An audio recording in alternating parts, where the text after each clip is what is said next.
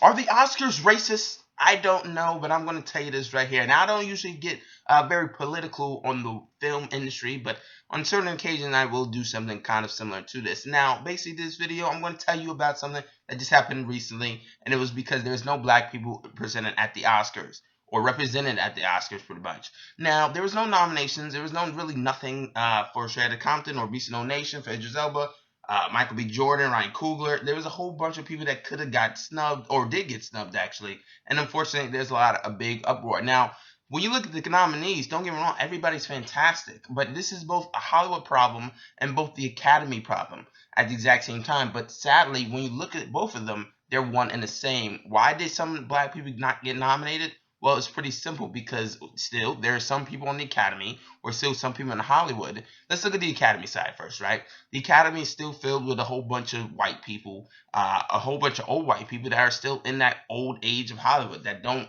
like to see different films presented in the Oscars. If it is a great film, don't judge it by people in it, the subject matter, or something that may be controversial. Because if you're talking about controversy, why let the Danish Girl in? That's controversial as it is. Now, for I'm going to look at both sides, right? For an example, why did Straight Outta Compton not get nominated, but Mad Max got nominated? They're two different films, but both spectacular in filmmaking and writing and directing and whatnot.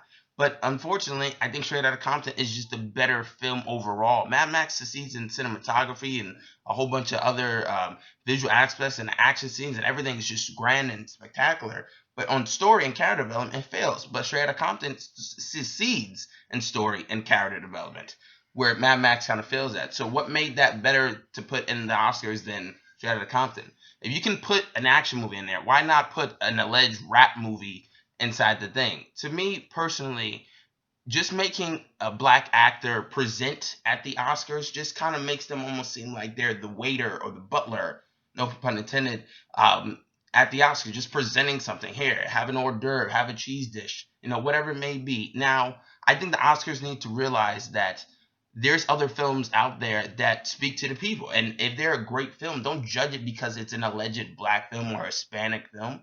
Judge it on the quality of the film. And Straight Compton and Idris Elba or Ryan Coogler was a better director. I'm saying this right now.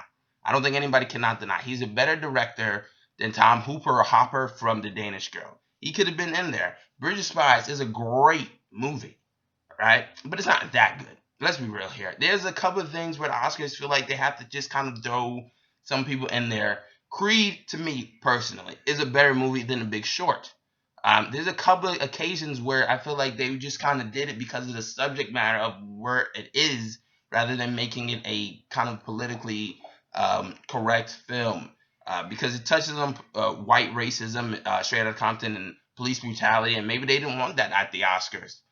Maybe they didn't want a big uproar, just in case they did lose. Maybe they're scared if they chose Straight Outta Compton, maybe they would actually lose. Now, to me personally, the Oscars, I think they need to realize once again, right, that they need to kind of branch out. This is 2016. Don't just get stuck in one thing. Because you look at Beast No Nation, correct? And it may seem like I'm rambling. I'm sorry if I am, but Beast No Nation, right? Idris Elba was knocking it out of the park. Who really? Christian Bale was better than Idris Elba? I don't think so. I think Hollywood likes to kind of get with certain things, but then again, you look at the Hollywood side of things, and it's that Hollywood, black people can't really get nominated for an Oscar because Hollywood is only giving them certain roles.